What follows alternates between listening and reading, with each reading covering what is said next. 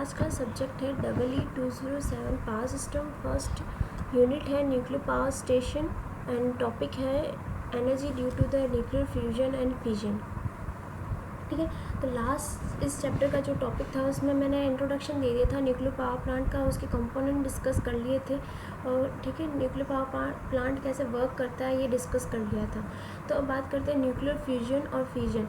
ये दो different type of reaction है न्यूक्लियर्स की, जिससे जो एटम्स होते हैं उससे जो हाई एनर्जी जो रिलीज़ होती है उसके कारण जो रिएक्शंस होते हैं, जो भी एक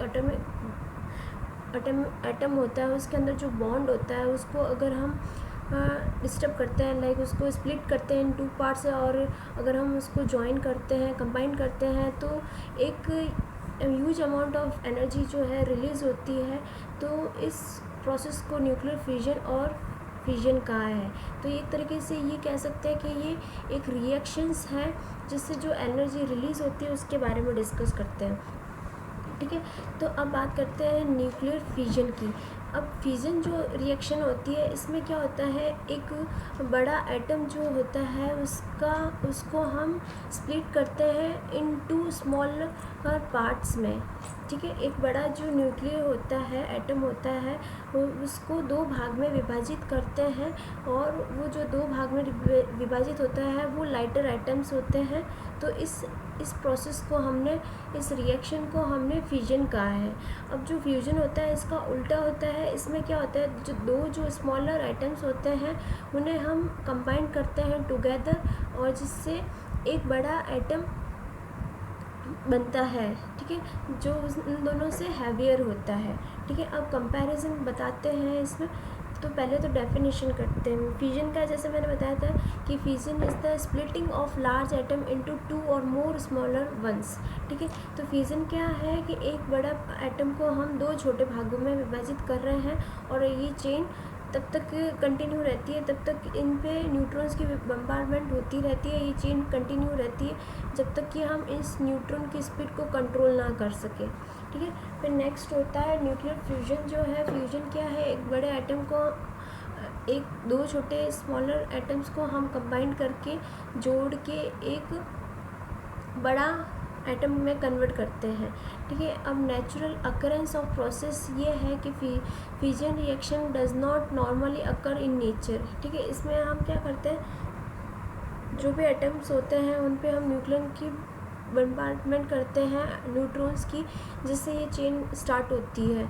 और ये फ्यूजन जो है occurs in stars such as the sun. ठीक है, फिर बात करते हैं by product of reaction fusion products many high radioactive particles. ठीक है, बहुत सारे रेडियो एक्टिव पार्टिकल्स जो हैं इसके जो है प्रोड्यूस होते हैं। इसका रीज़न ये है कि जब न्यूट्रॉन्स किसी एटम के साथ में रिएक्ट करता है तो जो एनर्जी रिलीज़ होती है उसके अंदर, तो जिससे रेडियो एक्टिव पार्टिकल्स भी रिलीज़ होते हैं जो कि हार्मफुल होते हैं फॉर ह्यूमन एंड एनवायरनमेंट के लिए।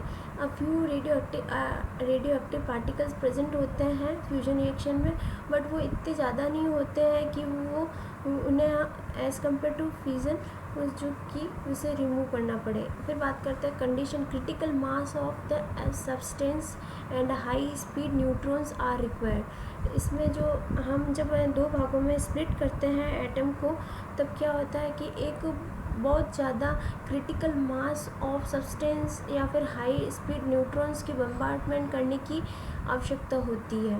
ठीक है, और इसमें इतनी हाई डेंसिटी या हाई टेम्परेचर की एनवायरनमेंट की आवश्यकता होती है। ठीक है, फिर बात करते हैं energy requirement. Take little energy to split 2 atom in fusion reaction. ठीक है, अब जब 2 भागों में विभाजित करना होता है तब तो इतनी एनर्जी नहीं लगती है, बट जो 2 छोटे छोटे एटम को एक बड़े में कन्वर्ट करना होता है तो बहुत मेहनत और बहुत ज़्यादा एनर्जी की रिक्वायरमेंट होती है। ठीक है, फिर the energy release by the fusion is million times greater than that the release in chemical reaction. ठीक है, इस फ्यूजन रिएक्शन से जो एनर्जी रिलीज होती है वो मिलियन टाइम्स ग्रेटर होती है केमिकल रिएक्शन से, बट लोअर दैन द, ठीक है, but lower than the energy. ठीक है, रिएक्शन तो रिएक्शन तो वो केमिकल रिएक्शन से कई ज़्यादा एनर्जी रिलीज़ करती है, बट एनर्जी जो लगती है वो कम होती है, ठीक है। The energy release by the fusion is 3 or 4 times greater than the energy release by fusion. और इसमें जो है फ्यूजन से ज़्यादा फ्यूजन में एनर्जी लगती है, ठीक है। न्यूक्लियर वेपन क्या है? One class of nuclear weapon is a fusion bomb, ठीक है। एक तो फ्यूजन बम को हम बोल सकते हैं known as an atomic bomb और एटम बम बोल सकते हैं, ठीक है। और one class of nuclear weapon is the hydrogen bomb which is used for the fusion reaction to trigger a fusion reaction, ठीक है। और फिर बात करते हैं एनर्जी प्रोडक्शन, ठीक है। जो फ्यूजन के अंदर जो एनर्जी प्रोडक्शन जो होता है used in nuclear power plants के लिए काम में लेते हैं। फ्यूजन के लिए जो होता है experimental technology for producing power producing के लिए करते हैं। Uranium is the primary fuels used in power plant, ये मैंने पहले बताया था। यूरेनियम एंड थोरियम जो होता है वो प्राइमरी फ्यूल की तरह हम इसमें यूज़ करते हैं। इसमें hydrogen isotopes deuterium and tritium are the primary fuel used in the experimental fusion power plant, ठीक है। अब एक एग्जांपल लिया है मैंने फ्यूजन का with the tritium create helium 4 helium free electrons and releasing 17.59 mega electronvolt, ठीक है। जैसे मैंने यहाँ पे बताया है कि एक ये 3 ट्राइटेरियम, ठीक है, ट्राइटेरियम है और एक हीलियम है, जिससे कारण क्या हो रहा है, अपन को क्या मिल रहा है, 4 हीलियम प्लस 3.5 मेगा इलेक्ट्रोवोल्ट की एनर्जी रिलीज़ हो रही है, प्लस एक न्यूट्रॉन रिलीज़ हो रहा है और 14.1 मेगा इलेक्ट्रोवोल्ट की ही एनर्जी रिलीज हो रही है। तो इन दोनों को जो भी एनर्जी रिलीज हो रही है टोटल एनर्जी है 14 प्लस 3.5 कितना हो जाएगा 17.59 और हीलियम 4 प्रोडक्ट्स हो गए और एक न्यूट्रॉन हो गया, ठीक है। इस तरीके से ये कंप्लीट होती है चेन। तो न्यूक्लियर फिजन जो है reaction in which there are 2 or more nuclear combined, ठीक है, 2 और मोर न्यूक्लियस जो है कंबाइंड होते हैं और फॉर्मिंग एक एलिमेंट न्यू एलिमेंट बनाता है जिसकी एटम नंबर कुछ मोर प्रोटॉन इन न्यूक्लियस होते हैं। The energy release is fusion is related to the E=mc², जो कि आइंस्टीन इक्वेशन है, एनर्जी मास इक्वेशन जिसको हम बोलते हैं, ठीक है। On the earth the most likely fusion reaction is deuterium and tritium reaction जो होती है वो मोस्ट पॉपुलर है, और ड्यूटेरियम एंड ट्राइटियम जो आर आइसोटोप्स ऑफ हाइड्रोजन है।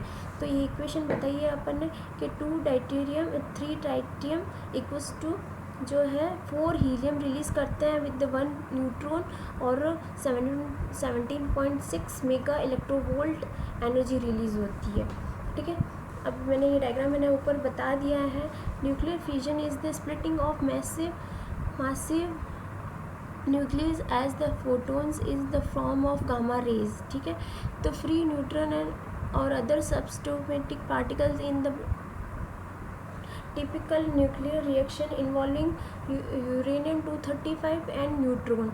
तो यूरेनियम इस फ्यूजन के अंदर क्या होता है, यूरेनियम 235 के ऊपर न्यूट्रॉन्स की बम्बार्डमेंट करते हैं तो क्या होता है, यूरेनियम 236 होता है और एक high number of energy release होती है। तो इस तरीके से हम फ्यूजन और फ्यूजन को डिफ्रेंशिएट कर सकते हैं कि उसमें एक एटम जो है स्प्लिट हो रहा है और फ्यूजन के अंदर वो कंबाइंड हो रहा है, ठीक है। तो इस तरीके से फ्यूजन और फ्यूजन को हम समझ सकते हैं। Thank you.